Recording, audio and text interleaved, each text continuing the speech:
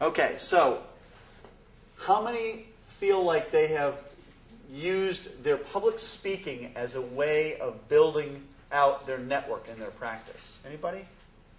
Okay, so several of you. This is one of the tools that I think allows any rainmaker, trusted advisor, doesn't matter, a chance to rapidly increase the size of their network. So if I'm Brian, go back to the example, we had 12 people he knows who fit this description. If I have a speaking engagement next month and I'm Brian, and it's on a topic that I think would be relevant to the market I'm trying to reach, I can call another dozen CEO or CFOs and do two things. One, you invite them to come to your talk, if it's public. Number two, you ask for their input on the topic. This actually improves. If you call even 2 or 3 people and you ask for their input, it will improve the quality of your presentation rather dramatically, because you're almost trying out the material before you get there. And you're trying to shape it to the needs of what would be your ideal audience. And I've had clients who have literally given up on public speaking. Waste of time. Never got anything from it. And then they realized, well, hold it, maybe I wasn't really utilizing it fully because I wasn't making a handful of calls or more beforehand. I wasn't really being focused as to what I was looking for when I'm in my presentation.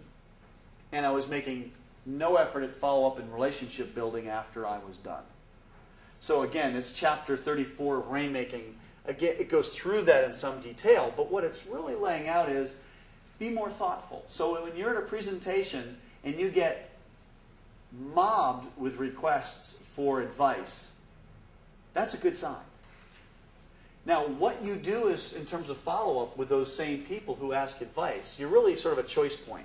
If you can give them advice on the spot, I would suggest you do it, but you want to get a business card and say, hey, look, I'd be interested to hear how that plays out. What does that communicate to someone? You care. You're interested. If you don't have enough time to even understand the facts, then you can say, look, you know what? We've got a line of folks here. I would love to talk more with you on this topic, but in the interest of time, how about if I call you, be happy to go through it in some detail. Now, some may beg off, but if they're sincere, sure. And they give you the card. You make a note on the back as to what it is, and then you call them so that you can take more time to understand what the situation is, which allows you to build a relationship. See, the purpose for speaking is to start a relationship. Or the purpose of speaking is to start a relationship with the people that you want in the audience, or people who are going to be in the audience.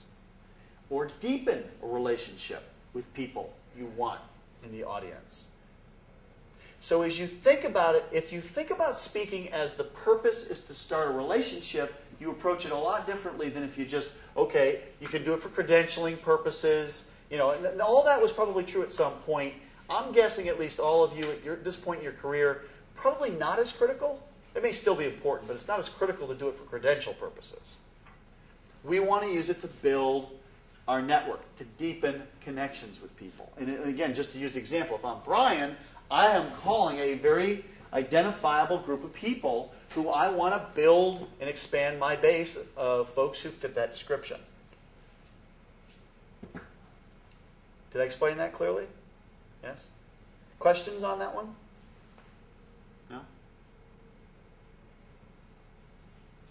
I would also suggest your follow-up happen relatively soon, in most cases, after you get done.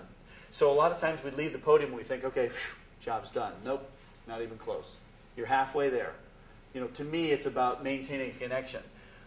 If you speak, what do you think the half-life is on some people in the audience? Even if they thought you were awesome, what do you think the half-life is on them remembering you?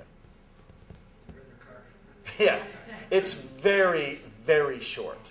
Yeah, glass of wine later, and you're a memory. You're a distant memory. And the reality is, that's why if you don't maintain and create some kind of connection, it's very inefficient.